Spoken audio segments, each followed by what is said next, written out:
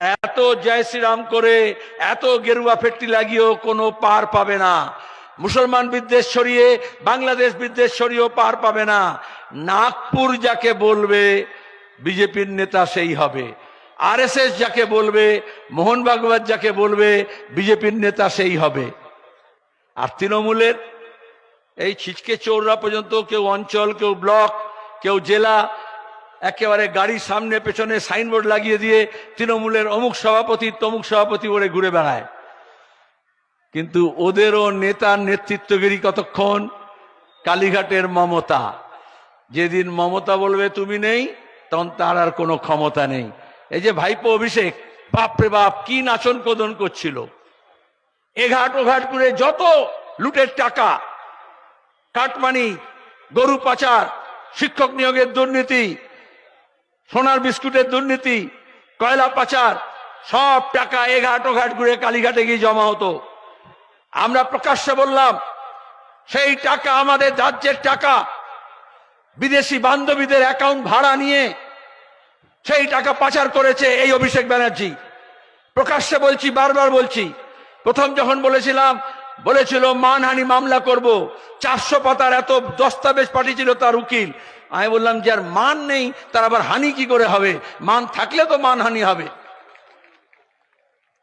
আজ পর্যন্ত মামলা করেনি। ইডি সিবিআই সব জানে। কিন্তু যারা মনে করেছিল বিজেপি এসে তৃণমূলকে টাইট দেবে, তৃণমূলের এত দুর্নীতি, ধর্ষণ, খুন, চুরি, রাজধানী, তাহলে বলেছিল বিজেপি আসুক। সেলিম ভাই, আপনারা তো দুর্বল হয়ে গেছেন, তাহলে একটু তাগদওয়ালা চাই, 56 ইঞ্চি চাই। বুঝতে পারছেন 56 ইঞ্চি কাকে বলে? তাহলে 2014 থেকে 2025 11 বছর হয়ে গেল, 56 এলো, কিন্তু নবান্নর কিছু হলো? চুরি তো বাড়লো, জোচ্চুরি তো বাড়লো, লুট তো বাড়লো, নারীদের প্রতি অত্যাচার তো বাড়লো। এই আরজি করে কাণ্ড চোখে আঙুল দিয়ে দেখিয়ে দিচ্ছে। গোটা রাজ্যের মানুষ, 2 কোটি মানুষ 14ই আগস্ট রাত জাগলেন। তার মধ্যে 1 কোটির বেশি মহিলা বলল নারীর সম্মান চাই। নাটক ছেড়ে বিচার করো, আরজি করের মাথা ধরো। মমতা ব্যানার্জির মাথা ব্যথা হয়ে গেল। পুলিশ কমিশনারকে দিয়ে, স্বাস্থ্য দপ্তরকে দিয়ে সব প্রমাণ ধামাচাপা করলেন। আর অন্যদিকে বললেন আমি সিবিআই কে দিতে রাজি আছি। হাইকোর্ট সিবিআই কে দিল। আমরা সেদিনই বলেছিলাম 10ই আগস্ট কোন সিবিআই না। এই বাংলার যত অন্যায় অত্যাচার হচ্ছে, যত খুন রাহাজানি হচ্ছে, যত দাঙ্গা হাঙ্গামা হচ্ছে, কোন নবান্ন, কোন 56, কোন ইডি সিবিআই, বাংলার পুলিশ, দিল্লির পুলিশ, ইউপির পুলিশ, সিবিআই পুলিশ কিচ্ছু করতে পারবে না। এই বাংলার ভবিষ্যৎ ঠিক করতে হবে এই বাংলার মানুষকে। এখানকার শ্রমিক, কৃষক, ক্ষেত মজুর, দিন মজুর, মহিলা পুরুষ নির্বিশেষে, হিন্দু মুসলমান, আদিবাসী তপশিলি নির্বিশেষে সবাই যদি এক কাট্টা হয়। আরজি করের আন্দোলনের সবাই এক কাট্টা হলো। ওরা ভয় পেয়ে গেল। সিবিআই হলো কি হলো? মোদি বললেন না খাতা না বহি, যে মমতা কাহে সো সহি। সুতরাং খাতা বইয়ের কোনো দরকার নেই, কোনো প্রমাণের দরকার নেই, কোনো তদন্তের দরকার নেই, কোনো ফরেন্সিক তদন্তের দরকার নেই। আর মমতা ব্যানার্জির পুলিশ রাতারাতি ওই মেয়েটাকে নিয়ে গিয়ে শ্মশানে পুড়িয়ে দিল। বাবা মাকে বললো টাকা দেব, ধামাচাপা দাও, একটা সঞ্জয় রায়ের জন্য। আর পিসি ভাইপো মিলে বলছে, আর কোনো খবরের কাগজ বলছে ওই টাকা বেটাকে ফাঁসি দিয়ে দিলে সব ঠিক হয়ে যাবে। আমার একটা পুরনো গল্প মনে পড়ছে।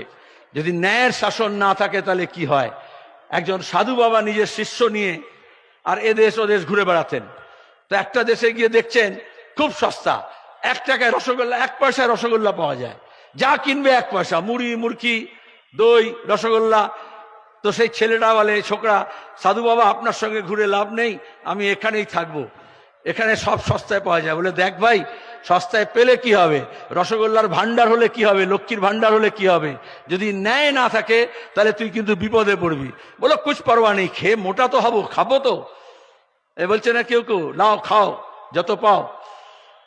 তারপরে যাই হোক, তো আমি আর গল্পটা ছোট করছি।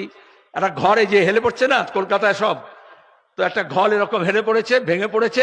একটা চোর চুরি করতে গিয়েছিল, শীত কাটছিল, তার মাথায় পড়েছে, সে মরে গেছে। তো বিচার বসেছে যে চোরের হত্যা হয়েছে, তাহলে একটা কাউকে শাস্তি দিতে হবে।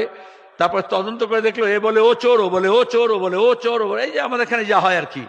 তদন্ত করে কিছু পাওয়া যাচ্ছে না, তখন শেষকালে বেচারা বলল ওই যে জল ঢেলেছিল সিমেন্ট বালিতে, আর ভিস্তি হয় না মশক, আগে জল নিয়ে আসতো ভারী, বললো ওই ভারী বেটাকে ধরো, ও জল ঠিক দেয়নি বলে এই বিল্ডিংটা হেলে পড়েছে, সবচেয়ে গরিব মানুষ।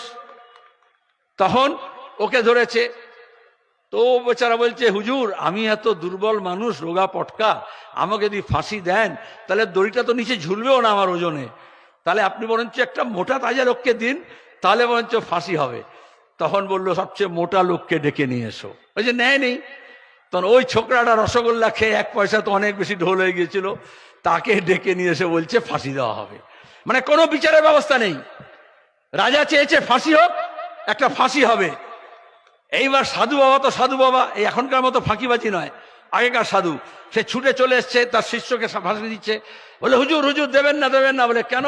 বলে এখন যাকে আমি গণনা করে দেখেছি, এই মুহূর্তে যদি কারুর ফাঁসি হয় সে সোজা একেবারে স্বর্গে চলে যাবে, এই জন্য আপনি ওকে দেবেন না, আমাকে দিন। রাজা বলে ও আমি এখানে বসে আছি আর তুমি স্বর্গে যাবে, যদি ফাঁসি দিতে হয় তাহলে আমাকেই দিতে হবে। বলে রাজা নিজের ফাঁসিতে গেল। তাহলে সঞ্জয় রায়কে ফাঁসি দিয়ে কি হবে বলুন? ফাঁসি যদি দিতে হয় কাকে দিতে হবে? আমি কিন্তু বলছি না, নিয়ম মেনে, নাহলে কালকে কাগজে লিখে দেবে, খবরের কাগজে লিখে দেবে যে মুখ্যমন্ত্রীর ফাঁসি চাইছে।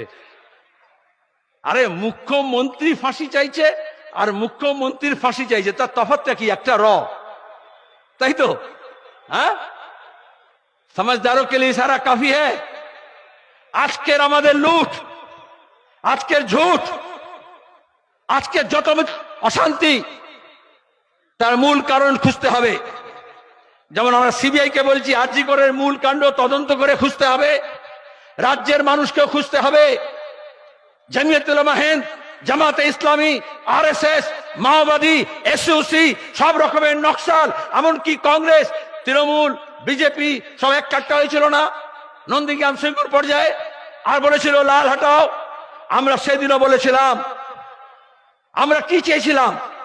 1 ফসলি জমিকে 2 ফসলি 3 ফসলি করেছি, কিন্তু তারপরেও কৃষকের সব ছেলে মেয়েদের কাজ হবে না। তাহলে স্কুলে প্রসার হয়েছে, যেখানে প্রাথমিক বিদ্যালয় ছিল না সেখানে প্রাথমিক স্কুল হলো, যেখানে প্রাথমিক ছিল মাধ্যমিক হলো, যেখানে মাধ্যমিক ছিল উচ্চ মাধ্যমিক হলো, যেখানে কোনোদিন কলেজ ছিল না কলেজ হলো, ইঞ্জিনিয়ারিং কলেজ, মেডিকেল কলেজ, আইন কলেজ, আর্ট কলেজ, শিক্ষার প্রসার হলো। সেই ছেলেমেয়েরা কাজ পাবে, তার জন্য কলকারখানা করতে হবে।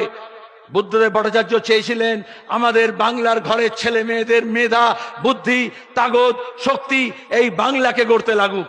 আমাদের ছেলেমেয়েরা পরিযায়ী হয়ে যাবে আর অন্য জায়গা থেকে লাশ আসবে, আমরা চাইনি।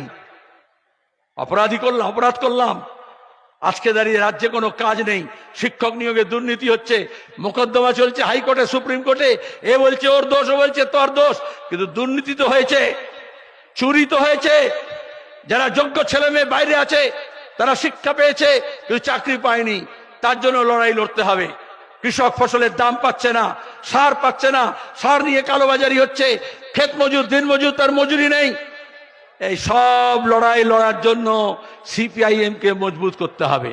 সিপিআইএম মজবুত হলে এই যে হিন্দু মুসলমান শুনছেন, এই বাংলাদেশের ঘটনা নিয়ে বলুন, সাম্বালের ঘটনা নিয়ে বলুন, কত আলোচনা হচ্ছে।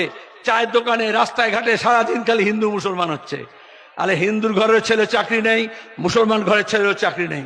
স্কুলগুলো যখন বন্ধ হচ্ছে তখন মাদ্রাসাও বন্ধ হচ্ছে। শিক্ষক নিয়োগের দুর্নীতি হয়েছে, মাদ্রাসা বোর্ডও করেছে আর স্কুল সার্ভিস কমিশনেও করেছে। তাহলে তার বিরুদ্ধে লড়তে হলে এক কাট্টা হয়ে লড়তে হবে। পাঁশকুড়ার মানুষের কাছে আবেদন, পূর্ব মেদিনীপুরের মানুষের কাছে আবেদন, এই তৃণমূল প্রথম জেলা পরিষদ পেয়েছিল এই জেলায়, এখানকার মানুষ মনে করেছিলেন